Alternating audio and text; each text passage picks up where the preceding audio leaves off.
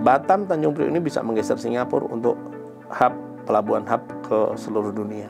Ketika transaksi BBM itu dilakukan di Indonesia, dari sisi pajak, dari sisi kontribut PNBM dan sebagainya, itu masuk Indonesia. Oke. Tapi kalau transaksi ini dilakukan di Singapura, Netral. jelas. Siapa yang dapat untung pajaknya? Iya. Ya dong. Ketika kapal asing masuk Indonesia, ngisi dulu di sana. Jadi benar dong Pak Jokowi membubarkan netral. Cukup betul. Karena itu memang salah satu langkah strategis di mana kita bicara pemasukan negara. Indonesia ini kan butuh pemasukan pajak yang cukup besar dari sektor komoditas. Jadi multiplier efek dari pembubaran netral itu ternyata gede ya. Gede, Pak. Salah satu yang mendapat benefit dari perusahaan dari Solo. Iya, perusahaan dari Solo, Pak. Perusahaan dari Solo, bukan Jakarta loh. Ngepasi, Pak. Namanya nasionalisme itu harus dibangun dengan jiwa yang artinya kita berpikir tidak hanya cukup untuk kita, negara kita bagaimana.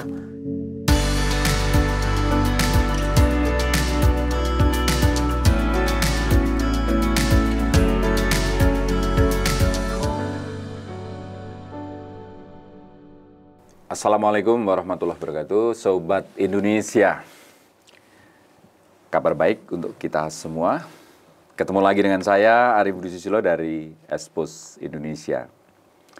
Kembali kita berjumpa dalam program Beyond the Limits. Nah, kali ini saya kedatangan tamu yang sungguh luar biasa.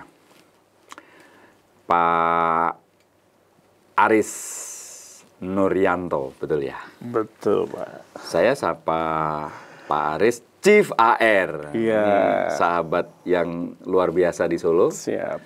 Nama panggilan di komunitas, Pak. Nama panggilan komunitas. Berarti AR AB. Ya. Arif Budi Susilo, Aris Nuryanto, AR AB, Pak. Oke.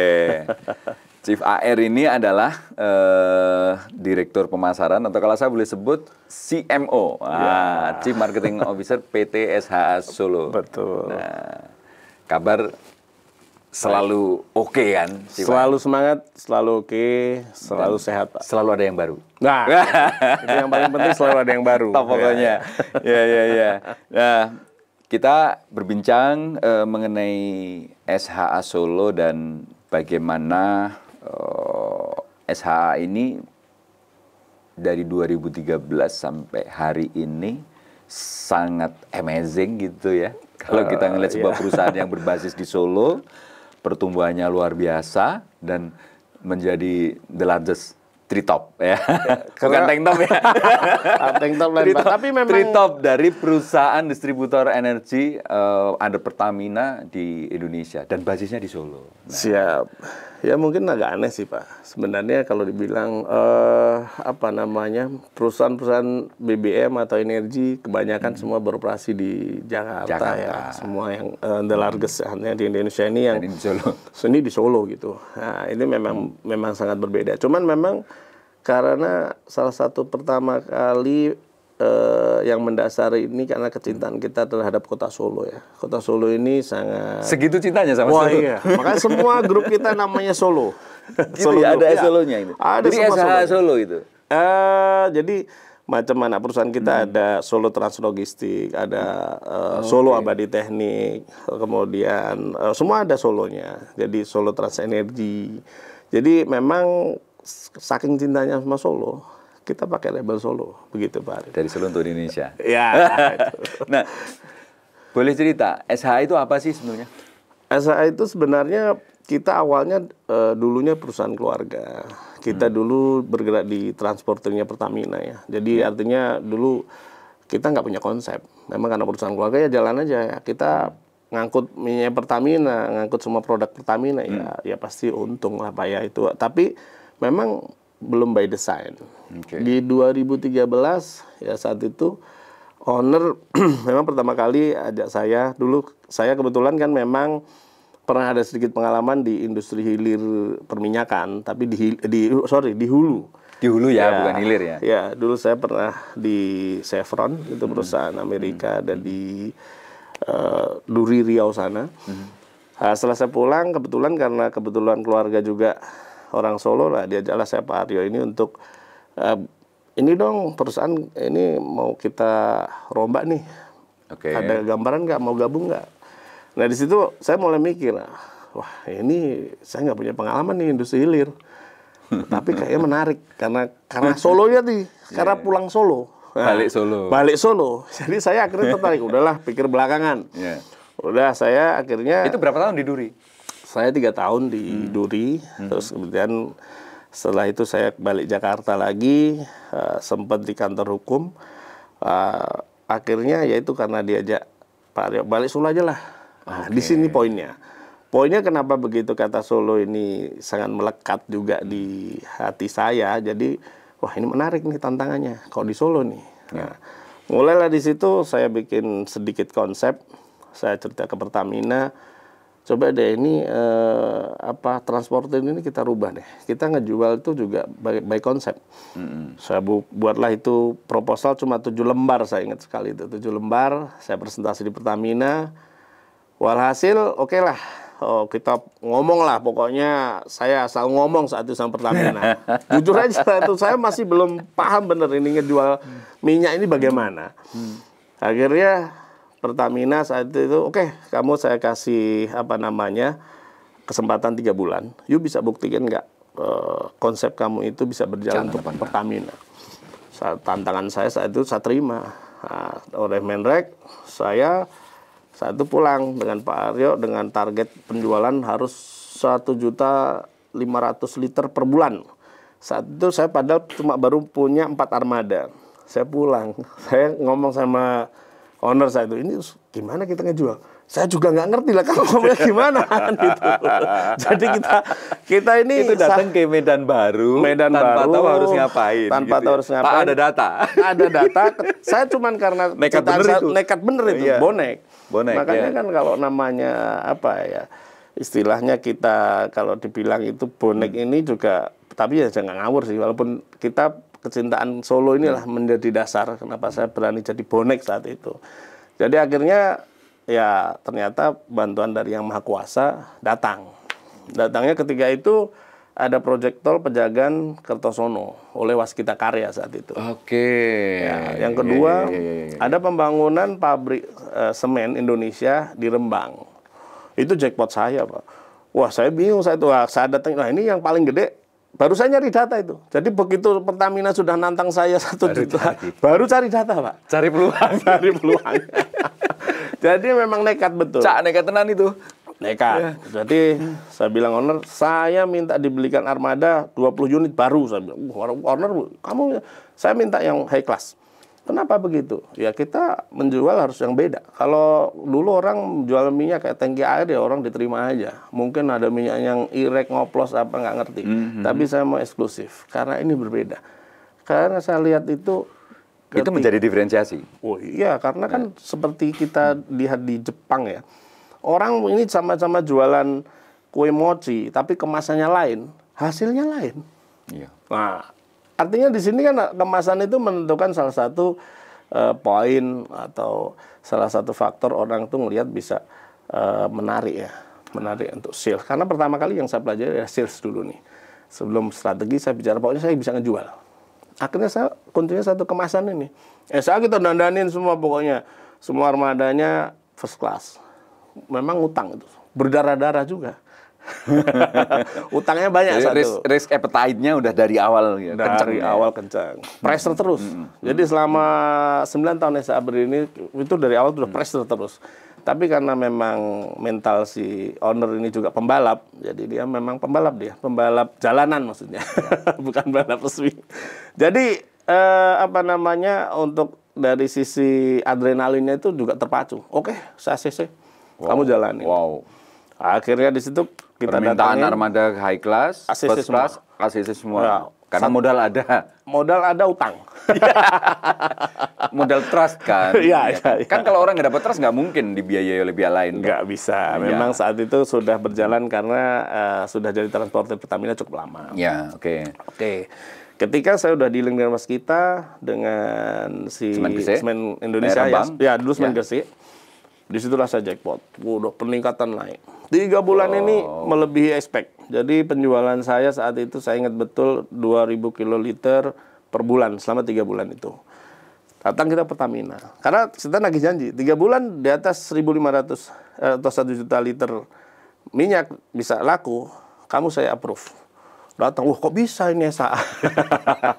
Itu memang pertolongan ya itu nemu galah ya, nemu galah. Nemu galah. Untuk melenting itu bonek nemu galah. Rembang sama tol. Iya. Iya kan. Jadi kita melenting. Karena galahnya udah kebetulan memang galahnya tepat. Iya. Jadi kita melenting ya di situ baru kita agak bergaya nih. Wah, mulai kita ngeliat-liat. Gitu kan. Kanan kiri kok ini Kertosono Surabaya. Mulai kita hajar. Wah, kita ngajuin izin Surabaya. Mulai naik kita dari sisi omset dan sebagainya. Armada pun demikian. Saya hajar terus untuk kita tetap di posisi armada yang first class. Orang mulai ini apa sih SHA ini? Kok jual begini? Armadanya juga begitu. Nah, disitulah mulai identitinya sudah kebangun. Mulai kebangun. Nah, di situ karena kita mau tampil beda, tapi tampil beda yang berkonsep. Dalam hal ini karena memang dari zaman dulu kala Orde Baru sampai sekarang itu Pertamina ya wajahnya begitu untuk supply untuk apa ya begitu-begitu aja. Belum ada suatu merubah mindset wajah sehingga oh ini Pertamina sekarang berbeda nih. Nah, Pertamina sekarang dari sisi operation berbeda, dia sudah digitalisasi. Oh dia dari sisi armadanya aja sudah terstandarisasi. Nah, karena kita banyak kasus kejadian yang ketika dulu itu banyak kebakaran mobil tangki, banyak kasus kecelakaan. Itu karena memang nggak aware-nya kita terhadap sisi safety. Makanya di SA itu kan kita safety first. Nggak ada. First. Ya, karena saya mengambil high quality standard. Jelas itu. Terus kemudian zero losses. Kemudian kita deliver on time itu. Kencing-kencing nggak ada ya? Nah itu kan dulu. Kencing nggak ada ya? Kalau dulu iya. Artinya bicara Pertamina dulu cerita kencing itu iya. Nah cerita sekarang nggak ada isu. Nggak ada. Karena bisa terkontrol semua gitu kan. By teknologi gitu kan. Teknologi. Ya. Itu yang menjawab semuanya. Jadi mungkin ketika kita bicara pemain lain tidak pakai sensor dan sebagainya, nah di situ kita mulai masuk teknologi. Dan itu nggak ada excuse ya buat driver, buat juga nakoda kapal kita mau main-main, selesai dia. CWR gini, ini based on cerita ini awal langsung melenting gitu karena dapat galah dan saya kok dugaan saya tahun pertama itu sudah selesai lah gitu. Tahun pertama udah selesai, tahun kedua udah selesai gitu ya. Baru kemudian growth, iya kan? Tahun pertama masih berdarah, karena masih tahun kedua selesai. Ya, tahun kedua selesai. Terus berikutnya langsung growth kenceng sampai hari ini. Iya, karena saya mulai masuk ke sektor laut. Oke. Nah, jadi ini lucu juga. Jadi dari Solo kemudian langsung menyebar. Iya, menyebar. Kenceng. Nah, periode kencengnya itu sejak kapan? 2018. Jadi setelah 2015, 5 tahun pertama, 3 tahun itu kita prepare semua membangun fundament. Fundament. Kemudian transportasi darat itu sudah stabil. 2018-19 saya mulai mikir ini kok tanki ini kecil ya. Tadi tanki jadi tanker. Iya. Makanya dulu kan kayak owner kita itu panggilannya kan Aryo Tanki itu dulu. Nah sekarang jadi Aryo Tanker karena melenting. Sama-sama tank loh. Iya, sama-sama tank, tapi beda. Tadi Y belakangnya sama ER itu. Beda hasil. Iya Pak, hasilnya beda. Langsung melompat itu. Iya. Jadi mulailah saya cari tahu saat itu Tanjung Priok lah yang pertama kali namanya kita ini tanya kiri kanan beli kapal. Saat itu saya belum punya perusahaan kayak Solo Trans Logistik. Jadi kapal itu harus punya namanya Siupal. Saya ngurus ke perhubungan laut ditanya, ini pelabuhan di mana? You kan orang Solo. Ya saya nggak punya pelabuhan. itu ciri khas konvensional karakter gitu ya. Betul. Ngelihatnya Solo nggak ada pelabuhan, pasti nggak bisa. Padahal kita bisa ngapain aja sebenarnya. Bisa ngapain aja. Jadi ditanyalah sama orang perhubungan itu perhubungan laut. You kan nggak punya pelabuhan. Di sini yang terdaftar tuh paling Juwana, Semarang, Cilacap. Saya bilang emang nggak boleh Pak. Dan ini kan aturannya nggak harus ijazah pelaut ini saya bilang. Saat itu saya diperintahkan owner jadi dirut di situ. STL bentuk nih karena mau beli kapal. Dirut tanker. Dirut gadungan ini. Karena saya bukan pelaut. Ampun. Nah, ini Dirut Gadungan ini mulai ngurus izin semua oke lah kita. Terus ngawur-ngawuran caranya? Ngawur tapi tepat. Jadi saat itulah keluarlah izin atas nama saya itu. Jadi kalau ketemuan itu. Jadi Civa Air pakai personal garanti untuk ambil risiko ya? Iya, karena saya pikir kita harus ambil risiko untuk bagaimana bisa berjalan cepat, tapi terkonsep. Nah, menarik ini. Ini kalau bilang Korea ini, kalau lebih Korea ini. Ya. Tapi Korea udah kalah sama timnas kemarin. Oh, iya. Betul. Korea kalah sama timnas. Jadi ini posisinya begitu udah beli kapal, pertama kali saya beli kapal itu masih pakai kwitansi, nggak ngerti saya. Kwitansi biasa itu. Kayak beli konvensional. Iya, sekian miliar itu pakai kwitansi aja. Iya. Pak Aris ini ya saya mau beli kapal ini nanti sekalian. Itu diketawain nggak sama buyer? Oh iya, banyak yang ketawa. Sama yang jual. Oh iya, banyak yang ketawa. Baru kali ini Pak. Biasanya Pak ini harus pakai notaris, nggak perlu saya bilang. Iya. Karena saya pikir secara hukumnya oke lah. Ya, ini sah kok. Kita pembelian. Sakrunya saya ambil. Karena saya nggak ngerti kapal. Jadi bedol kapal. Ya, bedol kapal dan Iya. Terbentuklah satu perusahaan pendukung namanya Solo Trans Energy. Itulah sebagai support. Pakai Solo juga, Solo Trans Energy. Yang itu ngurusin tanker itu ya. Ngurusin tanker. Nah, padahal nggak di pelabuhan ya. Nggak di pelabuhan. Okay. Dan satu-satunya siupal yang terdaftar di Hubla saat ini di Indonesia ini ya Solo Trans Energy aja yang alamatnya di Solo. Ya. Pertama kali alamatnya memang di Solo. Baru di tahun 2022 kami pindah ke Jakarta karena saat itu untuk operasional dan sebagainya tanker memang banyak di Priok. Akhirnya berjalanlah jadi ngebut seperti itu Pak. Karena memang sebenarnya banyak peluang di transportasi laut khususnya untuk supporting minyak Pertamina ini masih terbuka lebar gitu. Jadi itu nekatnya Pak. Wah luar biasa. Nekat. Ngawur tapi tepat. Harus berani. Nah, sekarang kan artinya kan proses SHA hanya dalam waktu 10 tahun lebih ya. 10 tahun. Katakan 10 tahun melenting seperti itu dan menjadi nomor 3 terbesar itu kan nggak lepas dari apa sih sebetulnya key. Ya key, saya nggak mengatakan strategi ya. Pemikiran kunci apa yang kemudian matahari itu sehingga SHA bisa membuat strategi yang pas untuk menjadi yang terbesar seperti sekarang ini. Itu bisa cerita nggak? Kalau key yang jelas pertama kali kita bekerja adalah membentuk tim dulu. Artinya kunci dari kesuksesan semua bidang usaha yang kami jalankan itu adalah di teamwork. Jadi kami bekerja berdasarkan konsep family. Artinya orang yang bekerja dengan kami itu kami anggap keluarga sendiri. Makanya muncullah namanya SHA Foundation. Sebenarnya kayaknya itu banyak sedekah aja. Itu aja. Konsepnya sederhana. Dari awal itu? Dari awal. Jadi dari awal pendirian SHA? Kita 2013, awal dulu potong 2,5. Udah konsep itu? Iya. Jadi kita bingung. Kita ini kan orang nekat aja. Ya, karena udah kita pegang bahwa janjinya semakin banyak memberi, banyak menerima kan itu aja. Konsep jalanannya kan begitu. Ya kita beri aja, nanti kan kita menerima. Tapi artinya di situ kita mulai belajar terus. Tapi konsep kayaknya hanya itu. This only one hanya ya kita kalau jadi mau. Bukan karena gini, bukan karena kita hebat. Ya, enggak. Betul. Bukan karena gini. Wah ini bisnis ini seperti orang awam, orang kebanyakan mengira kalau namanya bisnis di minyak, di gas, hubungan pertama itu cuannya oke. Complicated gitu ya. Dan sebagainya ya. Cuannya kan oke sehingga jadi dermawan gitu. Bukan karena itu. Memang dari awal konsepnya begitu. Iya, karena sebenarnya kalau bicara cuan itu dilihatnya adalah nggak bisa global. Di bisnis Pertamina juga nggak bisa global, Pak. Tapi artinya di sini kalau konsep itu mendasari daripada ruhnya perusahaan atau ruhnya company. Itu bagaimana dia membuat company itu bisa selalu mendapatkan pertolongan yang maha kuasa. Karena kita di dunia minyak itu kalau dibilang orang mafia minyak, ya itu seperti itu. Tapi mafia yang bagaimana?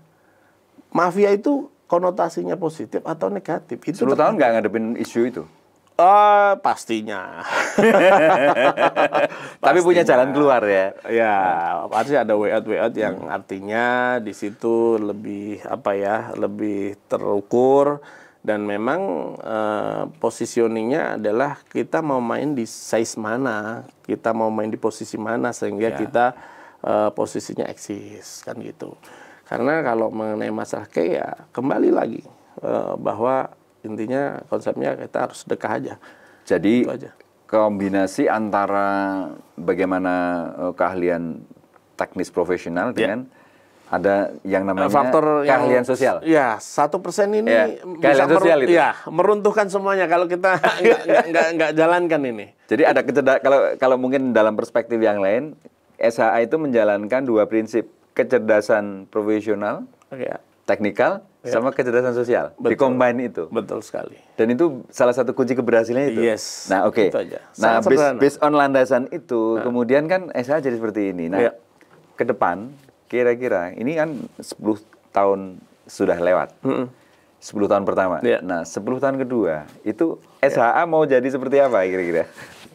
Bicara 10 tahun ke depan, karena ini konsep pemerintah adalah hilirisasi tambang komoditas. Dan di situ adalah wilayah terbesar. Dan itu market gede ya? Iya, big market. Asik. Ya, sejalan dengan pemerintah bahwa ya itulah kembali lagi bahwa semua itu tidak lepas dari pertolongan Yang Maha Kuasa ya. Artinya kita sudah diberikan kemudahan-kemudahan dan khususnya Indonesia sekarang ini banyak ditemukan cadangan energi, banyak ditemukan semua komoditas-komoditas yang tidak setiap negara punya. Jadi kalau bicara lentingan, nah ini melenting lagi nih. Yang melenting Indonesia ini. Ini bukan melenting lagi. Ini akan Indonesia ini bukan jadi negara Korea lagi nih. Akan jadi negara kemasan lah. Kan Korea sudah lewat. Sudah kalah soalnya. Sudah kalah. Jadi udah lewat ini Pak Abe. Jadi kalau bicaranya momen 10 tahun ke depan SHA ini akan melihat suatu potensi untuk bekerja sama dengan asing. Jadi khususnya kalau bicara SHA kok bisa internasional bicara ini ya karena kami punya value. Saya tetap Pertamina nih. Pertamina karena ya kita Indonesia. Cuman bagaimana Pertamina ini yang kita wujudkan untuk bagaimana mensupport investor-investor asing masuk ke sini sehingga bicaranya dulu orang minyak itu bicaranya semua dijaga di Singapura dan sebagainya. Sekarang Sekarang setelah after COVID kami banyak menemukan dan setelah Petral dibubarkan kami banyak menemukan suatu keuntungan di mana Tanjung Priok dan Patimban nantinya ke depan akan menjadi pelabuhan singgah itu hub pelabuhan hub yang memang akan meninggalkan Singapura dalam proses bisnis ke depan ya. Dan ini sudah dilihat dan sudah dipetakan yang tentunya SHA akan banyak mendapat peluang dengan asing. Gitu. Tadi menyebut mengenai pembubaran Petral. Jadi sorry itu kan banyak orang cynically ngelihat Petral dibubarkan karena gini. Tapi to be frank kalau kita ngelihat tadi SHA tumbuh ini dapat manfaat ya dari pembubaran Petral itu ya. Sangat. Seperti apa kira-kira ininya? Jadi biar ini ngerti, publik ini ngerti gitu loh. Point of view-nya adalah ketika transaksi BBM itu dilakukan di Indonesia dari sisi pajak, dari sisi kontribut PNBM dan sebagainya itu masuk Indonesia. Tapi kalau transaksi ini dilakukan di Singapura, Petral, jelas. Siapa yang dapat untung pajaknya? Ya dong. Jadi asumsi waktu itu Petral tidak dibubarkan. Mungkin SHA tidak bisa lebih cepat berkembang seperti sekarang. Iya, karena posisi transaksinya kan di sana. Dan saya hanya jadi penonton. Ketika kapal asing masuk Indonesia, ngisi dulu di sana. Jadi benar dong Pak Jokowi membubarkan Petral itu? Cukup betul. Karena itu memang salah satu langkah strategis di mana kita bicarakan pemasukan negara nih. Hilirisasi apa fungsinya? PNBM aja 1 tongkang itu juga 1 miliar, bayangin kalau sekian tongkang. Nah, posisinya kan saat ini itu kan Indonesia ini kan butuh pemasukan pajak yang cukup besar dari sektor komoditas. Jadi multiplier efek dari pembubaran Petra itu ternyata banyak. gede ya. Gede, Pak. Salah satu yang mendapat benefit dari perusahaan dari Solo. Iya, perusahaan dari Solo, Pak. Perusahaan dari Solo, bukan Jakarta, Pak. loh. Ngepasi, Pak. Bukan dari Jakarta, bukan dari Kalimantan yang dikenal sebagai pulau energi, bukan dari Sumatera gitu kan. Karena mereka nggak beroperation seperti kita. Kita saat ini alhamdulillah beroperasi di 8 mor Pertamina. Jadi sama kayak kita izinnya, jadi dari Sabang sampai Merauke. Dan salah satu home base terbesar kita untuk sektor lain itu adalah di Tanjung Priok. Ya. Bahkan di situ kami punya docking sendiri, artinya perawatan kapal itu sendiri, punya operate kapal sendiri. Dan yang terbesar untuk kapal asing yang kita layani itu di Tanjung Priok sama di Batam. Artinya Batam Tanjung Priok ini bisa menggeser Singapura untuk pelabuhan hub ke seluruh dunia. Dan proses target kami ke depan adalah kapal-kapal tepung yang selama ini saya sampai batuk nih. Wah. Saking takjub. Jadi ya itu ngimpi Pak Abe. Jadi semua orang itu kan harus mimpi ya. Kan namanya nasionalisme itu harus dibangun dengan jiwa yang artinya kita berpikir tidak hanya cukup untuk kita, negara kita bagaimana. Nah, dari Solo untuk Indonesia itu bukan sekadar slogan, artinya betul-betul kita punya kemanfaatan apa nih, dari sektor apa kita bisa membuat daya ungkit, sehingga posisinya asing pun akan melihat kita. Karena Indonesia itu sebenarnya punya bargaining power yang tinggi. Istilahnya kalau dibilang zaman Pak Harto dulu, si Lee Kuan Yew bilang, jangan bangunkan kau macan tidur. Kalau ini macannya, karena mau bangun ini macannya. mulai bangun ini kan. Macannya udah mulai bangun. Zaman Lee Kuan Yew masih tidur. Nah, tadi kan secara objektif kan sudah kuat jelas ini mau seperti apa gitu ya. Jadi global player gitu ya. One of global player yang mungkin nanti salah satu yang utama dari Indonesia. Nah, untuk mencapai itu apa saja yang dilakukan SHA in terms of meningkatkan kapasitas ini sumber dayanya? Dan kemudian ke masyarakatnya gitu. Bisa dijelaskan? Jadi kami saat ini masih fokus untuk membangun infrastruktur. Jadi ya sama kayak pemerintah juga lagi giat-giatnya bangun infrastruktur semua lini. Kami pun sama. Kami membangun tanker sendiri sekarang kami sudah bisa. Kemudian untuk bikin sendiri tanker. Sendiri, ya. Kerjasama dengan PAL atau? Kita saat ini sudah bisa mandiri untuk yang middle tanker. Serius? Iya, serius. Untuk yang middle tanker kita bikin under sendiri. PT apa? Di Solo Trans Logistik. Solo Trans Logistik. Nah, itu sudah punya dockingnya sendiri. Jadi kalau untuk middle tanker kita sudah mandiri. Berarti diversifikasi hulu hilir. Yes, hulu hilir.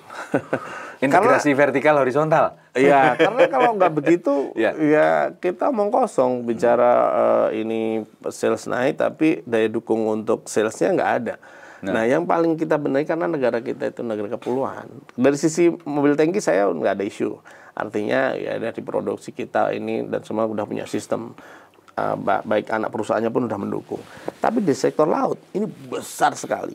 Di timur itu karena ngelihat peluangnya gede, makanya bikin sendiri doknya sendiri. Nah, kalau yang besar kami bekerja sama dengan beberapa perusahaan besar yang memang mereka produksi tanker-tanker besar. Tapi itu juga terbatas untuk transaksi tertentu. Nah, banyakan yang middle tanker. Makanya kita produksi sendiri gitu. Ceritanya begitu Pak Abi. Nah, orang Solo bikin kapal loh Pak. ngeri. Nggak punya ijazah kapal. Ngeri banget ini. Nah, itu dari sisi infrastruktur, hardware-nya, software-nya, orangnya gimana? Nah, ini yang paling jadi tantangan. Sebenarnya kan saya bilang Chief HR kan SHA ini dikenal punya lari rutin, bagaimana mengajarkan mereka tuh mindset untuk produktif, scale up dan lain-lain, disiplin dan lain-lain itu. Orangnya gimana? Nah, ini yang paling mendasari. Jadi dulu saya tadi di awal sudah sampaikan bahwa semua itu kita bekerja by tim ya, family ya. Maka sekarang itu kalau masuk SA itu ada satu ketentuan nih. Jadi wajib bisa lari 5 kilo tanpa henti. Kenapa lari? Ya, karena memang speed ya. Bicaranya kalau olahraga lain memang yang kita pilih kenapa lari. Kami pun juga punya event untuk Solo, SA Run for Solo yang setiap tahun kita adakan ini untuk mengangkat UMKM di Solo dan itulah sebagainya. Karena lari kita pilih itu yang memang memiliki istilahnya ruh sehingga orang ini bisa disiplin. Kan kita kalau lari nggak bisa, kita kayak sepeda ya kita masih santai-santai bisa. Lari ayo lari terus. Kalau nggak lari ya mungkin ini yang nggak ekstrim biasa ini. Kalau nggak bisa lari, nah ini badan kita banyak nggak keterimanya. Makanya kalau info locker ini ada satu kunci nih. Kalau orang kuat lari ya banyak diterimanya. Itu salah satu yang mendasari kami sehingga mendidik mereka tim ini untuk disiplin. Jadi ketika mereka disiplin, kemudian mereka itu energik ya, etos kerja akan terbangun sendiri. Existing employee yang belum bisa lari harus dilatih. Gitu. Dilatih. Kita sekarang undang pelatih kok khusus, undang pelatih khusus lari. Jadi nggak ada alasan mereka untuk nggak ikut. Ini wajib. Jadi ada semacam ini ya, similar dengan itu ya. Ada semacam quote-unquote wajib militer di dalam perusahaan gitu ya. Semacam itu. Jadi ngeri. Ya, karena memang gimana ya, untuk membentuk suatu karakter disiplin manusia itu memang pertama harus dipaksa dulu. Ketika dia dipaksa, ya dia akan di situ mulai menyesuaikan diri, kemudian dia mulai terbentuk karakternya. Akhirnya ngadepin tantangan apa aja ready. Iya. Tapi ini keren, ini Cifair ya. Saya punya memori nih soal bagaimana dalam tanda kutip wamil diterapkan di satu perusahaan. Ini ada satu BUMN. Kira-kira awal ya mungkin sebelum SA lahir gitu ya, sebelum 2013 itu atau in between di tahun-tahun itu ada project di luar negeri. Aljazair ini BUMN konstruksi ya. BUMN karya saya nggak sebut lah, saya nggak sebut namanya gitu ya. Nanti takut ya. Ada project di Aljazair dan sekitarnya. Nah setiap ngirim karyawan ke sana ngeluh saja isinya, ngeluh. Ya keluhan soal makanan, keluhan soal iklim macam-macam lah keluhannya itu. Akhirnya minta pulang apa segala macam. Akhirnya tidak terlalu berhasil nih project di tahap awal. Akhirnya apa yang dilakukan oleh sang dirut BUMN ini? Karyawan wajib dikirimkan Rindam Jaya. Wah, mantap. Jam 4 pagi harus bangun, terus kemudian ikut latihan militer digembleng oleh tentara-tentara di situ selama 3 bulan gitu kan. Ditanamkan nasionalisme, cinta tanah air, terima apapun kondisi, tapi fisik juga oke, baru dikirim ke sana. Habis itu successful. Nggak ada kegagalan lagi. Nggak ada keluhan lagi tentang kondisi gitu. Ya, kira-kira apa terinspirasi dari itu atau kebetulan saja sama ininya?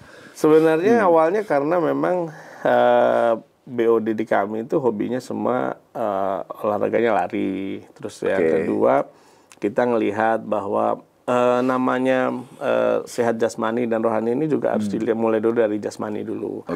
Terus kemudian kita lihat ternyata memang wajib militer di perusahaan itu menarik nih, menarik gitu. Bener-bener disebut wajib militer ya. Kita anggap wajib karena kita itu kalau lari nggak mandang itu BOD, nggak mandang itu manajer, semua ikut. Protap. Bahkan lebih dasar lagi sekarang ini ada ketentuan yang mau lagi digodok ini. Jadi kalau nanti yang memang nggak lulus di tes lari ini, itu akan kena PHK dengan pesangon. Ini lagi digodok ini agak ekstrim ini. PHK dengan pesangon ya. Dalam arti tidak ada fasilitas plus gitu. Ya. Jadi memang di luar ketentuan di luar ketentuan. PHK aja gitu kan. Tapi ini dengan pesangon. Dengan pesangon. Kok kayak sama kita kayak ada juga kita fasilitas itu. Tapi ini khusus yang nggak mampu untuk lari. Khusus yang nggak mampu lari ya. Karena memang dedikasinya ya ingin speed dan smart ya.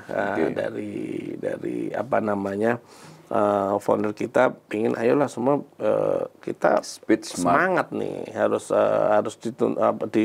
didukung oleh jasmani yang sehat. Nah makanya semua fasilitas untuk lari kita support semua.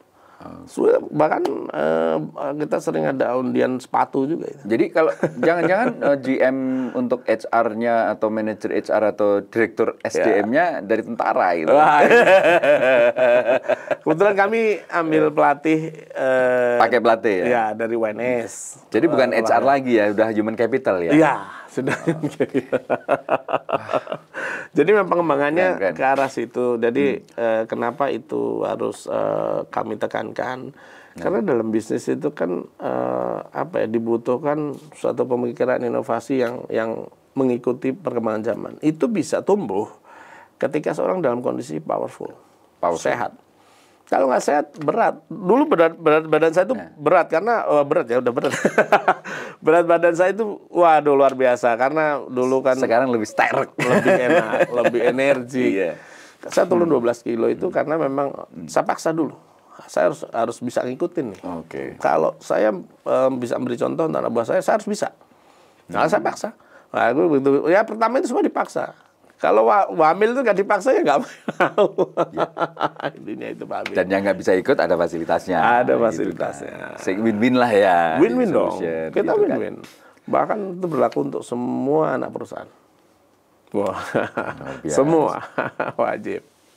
Jadi Karyawan ada berapa sih di kalau grup kita sekarang itu kan lebih 1.500 Di Solo aja? Yang di Solo, yang di Jakarta mungkin lebih karena kan kita ada kru laut yang agak banyak. Kru laut itu kan cukup besar dan memakan SDM yang cukup banyak sekali. Sesuai hasilnya. Sekarang kontributornya sudah dari tanker ya? Iya, paling besar iya. Sudah dari tanker. Betul. Karena sudah dikelola jauh lebih Ya. dalam tanda kutip profesional ya, ahlinya ya, Iya. bukan Sekarang- nekat lagi ya. Oh enggak. Sekarang dirutnya bener-bener kapten kapal. Bener-bener. Bukan seperti waktu di iya, RDK kan, dulu iya. ya. Kalau dulu dirutnya dirut gadungan. Jadi, sekarang ini bener-bener kapten kapal yang dia memang dulu pernah nangani di Saudi Aramco. Jadi kita hire. Wah, keren. Jadi dia membawa banyak visi-visi di. Nah, Chief, itu kan cerita tadi soal technical dukungan untuk bagaimana skill SDM dan profesionalisme juga dijaga, termasuk juga bagaimana jaga fisiknya. Iya. Speed itu penting gitu. Oh kan. iya, Nah, kalau nggak sekarang ketinggalan nanti. yang juga banyak cerita soal SHA ini kan terkenal banget kok suka bagi-bagi makan siang gratis gitu loh. Itu apa itu? Emang parpol gitu kan? Enggak, kita enggak. Emang mau cari popularitas atau apa gitu? Karena kita melihatnya awalnya itu dulu nasi Jumat ya. Jadi kami Istilahnya nasi Jumat. dulu ya? awalnya. Kita beli mobil dulu, ada mobil box itu. Coba deh kita ini saya lihat apa benar di negara kita atau khususnya kota Solo aja deh. Ya. Masih banyak yang butuh bantuan makan. Nah, saat itu kan nasi Jumatnya kok habis terus. Kita setiap Awalnya berapa? 1.000 bungkus. 1.000 bungkus setiap 1.000 Jumat. bungkus setiap Jumat saja. Iya. Oke. Itu habis. Saya lihat videonya saat itu kok ini masih orang tidur di emper toko, orang tidur di saya benar-benar lihat view-nya. Mungkin kalau orang tinggal di Karanganyar, Wonogiri, Klaten, mungkin bisa nanam bayam atau nanam apa. Kalau di Solo kan nggak punya lahan, nggak punya rumah. Jadi itu berebut. Wah, ini suatu hal yang menarik ini saya bilang. Akhirnya saya ngomong, loh coba trial terus. Habis lagi 1.000 ini terus. Lama-lama kita mikir, apa kita bikin aja warung aja deh. Karena konsep dari awal kita tadi, ya kalau ini intinya kita harus sisihkan untuk mereka. Karena ini suatu keprihatinan. Kalau orang rebutan duit itu biasa. Ini rebutan makan, menurut saya luar biasa. Oke. Nah, ini jadi indikator. Makanya ya makan mungkin kayak program pemerintah itu ada makan siang gratis, mungkin niru kita mungkin. Cocok. Untuk anak sekolah. Untuk anak sekolah. Diluruskan dong, diluruskan iya. dulu. Untuk anak sekolah. Supaya gizinya baik. Iya. Belajarnya fokus kan gitu. Betul. Kalau ini untuk semua. Jadi akhirnya kita bikinlah satu tempat dan kita koordinasi sama orang-orang sekitar itu bahwa ini memang untuk yang butuhkan. Awalnya yang datang cuma 700, 800, orang belum tahu kan. Meningkat jadi hampir 1.800 per day. Saya lihat Setiap Jumat itu ya? Awalnya? Awalnya begitu kita bikin warung, kita buka Senin sampai Sabtu. Senin sampai Sabtu. Ya. Sejak kapan itu ada warung tuh? 1,5 tahun yang lalu. Dan sekarang Nah, sekarang seperti masih apa? jalan dan kita coba akan kembangkan di Jadi warung subsidi atau warung gratis? gratis. Karena memang kita konsepnya ya memberi jangan tanggung-tanggung, kasih aja. It's about social responsibility yang real ya. Real. Jadi itu yang kami lakukan sehingga posisinya adalah animonya cukup bagus. Dan itu sebenarnya buat kami sendiri itu kami lebih bahagia ketika melihat orang yang mungkin kurang beruntung, dia bisa mencukupi hajat hidup paling rendahnya dia makan. Jadi ada gini, barang siapa menafkahi orang yang kurang beruntung, dia akan dinafkahi oleh Tuhan. Iya, itu kan saya. Betul ya? Iya. Karena memang itu konsep sederhana. Ya. Orang mau ngomong apa, saya nggak peduli. Yang penting kita lakukan. Kamu harus lakukan. Lakukan saja. Dan itu yang datang bukan hanya orang dari Solo ya? Iya, beberapa dari mana-mana. Dan banyak juga ketika saya survei itu orang yang rumahnya jaraknya 5 kilo dia datang ke situ jalan kaki hanya untuk makan. Itu bukan suatu hal yang menurut saya itu luar biasa. Yang doain banyak sekali nih Pak Arief. Iya kan? Amin. Tapi prinsipnya adalah ya kita dulu lakukan aja. Yang menurut kita yakini dan itu menurut kita di situ bermanfaat, lakukan. Karena kita nggak butuh komen orang lain nih terhadap masalah-masalah seperti itu. Nggak peduli komen orang lain, tepatnya begitu ya? Kita nggak peduli dengan komen orang lain. Makanya dibilang orang mau bilang apa terserah. Yang penting ini kita lakukan dan ini artinya bermanfaat. Dan ternyata sekarang di dalam tanda kutip diikuti oleh program pemerintah yang akan datang ya. Nah, itu bercanda loh. Aku juga bertanya bercanda. Itu Pak. Jadi seperti itu. Jadi kalau masalah kembali ke warung Sika ini memang kami akan konsepkan dan kemarin juga kami lakukan dengan Auri di Adi Sumarmo. Jadi nanti ada program-program yang spot ya, gitu ya untuk momen tertentu. Betul. Gitu, bikin yang massal gitu ya. Massal dan kerjasama dengan pihak lain. Auri ini punya mobil dapur ya umum. Itu saya pakai. Akhirnya jalan. Terus kemudian dengan Kostrad itu kita bikin sumber air di daerah kering. Baru kita lakukan di Wonogiri. Aku kok jadi penasaran ya. Itu konsep bukan ide untuk bikin makan siang gratis itu dulu awalnya siapa? Awalnya kita gara-gara nasi Jumat itu. Enggak, ide awalnya itu dari rapat manajemen atau terutama pribadi tiba-tiba bikin gini atau gimana? Terutama si founder kita saat itu coba deh ini kita konsep dan bisa tersalurkan dengan benar. Intinya memang itu. Dari awal ada keinginan itu. Iya. Memang didasari berkah berarti. Itu. Ya, kita berharap atau kesuksesan itu apa sih? Sebenarnya menurut kami kesuksesan itu adalah ketika kita bisa bermanfaat untuk orang banyak. Itu aja. Ini konsepnya di SA. Jadi ketika kalau kami bicara masalah penerimaan karyawan, terus kemudian ada hal-hal yang kadang-kadang kita perhatikan bahwa kita ini yang penting perusahaan kita ini bisa bermanfaat untuk banyak. Karena saat COVID itu di saat orang lain itu banyak terkena imbasnya, kita berpikir lain. Saat itu ketika orang mau di PHK, wah nanti bagaimana dia nasibnya? Satu anak, satu istri aja misalnya. Udah berapa orang? Kalau kita PHK 300 orang, 900 orang terdampak. So far ya, dalam perjalanan 10 tahun di SA nggak ada PHK, nggak ada ini. Pandemi kemarin juga nggak ada masalah ya? Hanya yang nyolong aja PHK. Nah, itu benar. itu benar. Kalau yang nyolong PHK itu paling benar itu. Karena itu jadi toksik ya. Tapi kalau selama tidak ada pelanggaran ini, hampir 10 tahun itu kita tidak melakukan PHK. Luar biasa. Jadi itu pertimbangannya karena ya itu tadi. Kalau ini klasifikasinya di level buruh dan level itu dia durasinya paling 2-3 bulan pendapatan dia. Kalau dia di PHK udah imbasnya luar biasa. Jadi itu pemahaman kami sehingga dalam prosesnya ketika kita mendudukkan untuk masalah recruiting dan sebagainya, ya ada dasar bahwa ini kemanfaatan di asasnya seperti itu. Nah, harus gitu Pak. Kalau enggak, jadi kalau aja.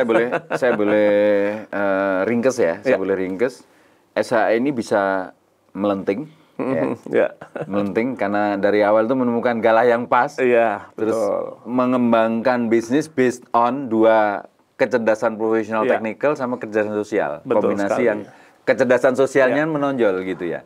Iya. Nah, ini sebagai istilahnya kalau saya boleh tahu apa yang dream yang belum benar-benar sekarang pengen dilakukan tapi belum bisa dilakukan oleh SHA untuk menjadi apa gitu ya di luar tadi profesionalisme tadi. Kalau dream di sisi industri minyak, kami justru dreamnya ya tentunya jadi market leader. Cuma dream yang paling menjadi impian kita itu adalah bagaimana antara SHA dan SHA Foundation itu memiliki sinergi untuk bermanfaat khususnya untuk masyarakat Indonesia secara nasional. Artinya kami kan baru mencoba di Solo nih dan beberapa wilayah. Mau go nasional dulu ya. Khususnya SHA untuk Foundation. Kan kalau maaf ya perusahaan lain kan banyak yang namanya foundation itu. Iya. Dan main di olahraga, main di support bola, Betul. ada support bulu tangkis. Betul. Saya nggak sebut nama ya. Iya. Support macam-macam lah, ada yang basket, volley. Nah, mungkin kan SHA jangan-jangan lari nanti gitu kan. Kalau atau apa? tetap ini. Gitu. Tapi kita memang fokusnya untuk support duafa ya dan untuk fokus ke duafa ya, biar duafa. itu diferensiasi juga. Jadi, langsung benefitnya dirasakan ya. Benefit dirasakan dan kita fokus juga untuk program-program mencari sumber air. Karena di beberapa wilayah yang kekeringan Ini relevan itu, banget ini. Waduh, itu kasihan sekali. Iya, relevan banget. Orang mencari air jalan 5 kilo, bagaimana dia sekolahnya, bagaimana dia ininya. Jadi artinya memang itu masalah harus dipecahkan. Karena kalau air itu sudah menjadi istilahnya syarat dasar orang hidup. Nah, kalau di situ sudah kekeringan, karena saya ngeliat sendiri faktanya dan di beberapa YouTube kami yang artinya kita mencari sumber di wilayah kekeringan itu luar biasa menyedihkan. Dan sudah jalan ya untuk pencarian. Alhamdulillah sudah jalan. Pencarian sumber air. Kita terutama sudah kayak di Gunung Kidul di apa gitu. Kita di Wonogiri, terus kemudian ini mau kita bangun lagi nanti di perbatasan Gunung Kidul itu kita mencari, terus nanti sama di area Boyolali ya Mas. Daerah Boyolali sini ya. Okay. Kalau Kostrad malah justru dia sudah sampai ke NTT, kemana-mana dia. Dan nanti akan meluas ke Indonesia. Iya, itu dream ini kami. The real dari Solo untuk Indonesia itu ya kira-kira. Konsepnya begitu, Pak. Artinya sebenarnya kan ketika ada sesuatu yang bisa diberikan untuk orang bisa lebih bermanfaat, itu keberhasilan buat kami. Dan itu inline ya, dari sisi tadi secara bisnis market leader, to be number one. Iya. Nah, supaya bisa kemudian yang dream yang sosial ini benar-benar bisa foundationnya bisa jalan dengan memberikan manfaat yang maksimal gitu ya. Betul. Konsepnya sederhana aja Pak sebenarnya. Hanya itu aja. Nggak banyak-banyak. Keren banget. Chief. Terima kasih. Kita nggak sadar ya ngobrol lumayan sudah lumayan panjang dan saya sih belum puas sebetulnya. masih banyak yang bisa kita obrolin tapi kita bisa ngobrol di lain kesempatan. Karena ini SHA PT SHA Solo. Ya, di SHA Solo. itu kepanjangan apa sih? Kependekan apa sih? Jadi dulu ceritanya namanya sebenarnya PT-nya awalnya Sumber Hidup Agung. Oke. Sumber nama Hidup Jawa, Agung. Nama Jawa. Cuman kalau Sumber saya Hidup Agung. Hidup Agung. Waduh, namanya berat sekali. Berat. Tapi kemudian termanifestasikan dalam bisnisnya gitu ya. Jadi ketika saya bicara market, wah ini kalau saya bilang Pak, PT-nya apa? Sumber Hidup Agung, belibet juga nih Pak, susah ini. Akhirnya udah deh. It's about identity brand ya. Ya, itu memang konsep aja. Tapi sebenarnya base namanya itu. Jadi ketika orang, namanya berat juga.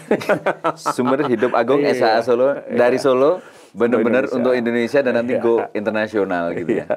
Ya karena di tagline kami juga membangun negeri itu nggak bisa sendiri. Dengan kolaborasi, sinergi, ya kita harus kolaborasi itu dengan sinergi kita bisa berarti karena memang harus sinergi. Dengan sinergi bisa berarti. Iya betul. Itu tagline kita. Luar biasa. Cipaer, terima kasih. Terima kasih. Ceritanya yang sangat inspiring. Ini juga ini. Sangat inspiring, saya terinspirasi. Banyak hal yang mungkin kita bisa contek. Siap. SHA mudah-mudahan tetap berkembang lebih lanjut, Amin. sukses bisa mencapai dream-dream yang masih belum belum tercapai untuk menjadi number one gitu ya. Amin. Siapa tahu dalam waktu 5 tahun ke depan sudah number one gitu ya. Dan Amin. kemanfaatannya lebih banyak lagi untuk Itu yang paling Indonesia. penting. Jangan-jangan ini mau masuk gas juga. Oh, kayak iya begitu. Sudah tahu ini kayak. Karena opportunity-nya gede ya. Betul. Gitu ya. Dan wah, top. pengangkut gas juga menjadi salah satu Iya. aspek yang akan kami Dan nanti bangun. menjadi dengan menggunakan first class armada juga ya, pasti. Iya, tentunya gitu karena Tangki dan tanker. Iya. Sudah terkonsep, Pak. Saya udah nutup berkali-kali loh tadi. Tapi masih banyak hal yang nanti kemana-mana kita ngobrol lagi, Cibayar ya. Siap, Cip AB. Intinya Kita saya selalu senang sekali. sukses selalu untuk Terima kasih. SHA. Nggih, matur nuwun. Ya, sahabat Indonesia, luar biasa nih perbincangan saya dengan Pak Aris Nuryanto, CMO ya, Chief Marketing Officer, Direktur Pemasaran PT SHA Solo, yang dalam 10 tahun terakhir ini berkembang luar biasa, memberi manfaat luar biasa, tidak hanya untuk sektor energi di Indonesia, tetapi juga untuk masyarakat di Indonesia. Sukses selalu untuk SHA, dan mudah-mudahan bermanfaat. Salam, sampai jumpa. Terima kasih.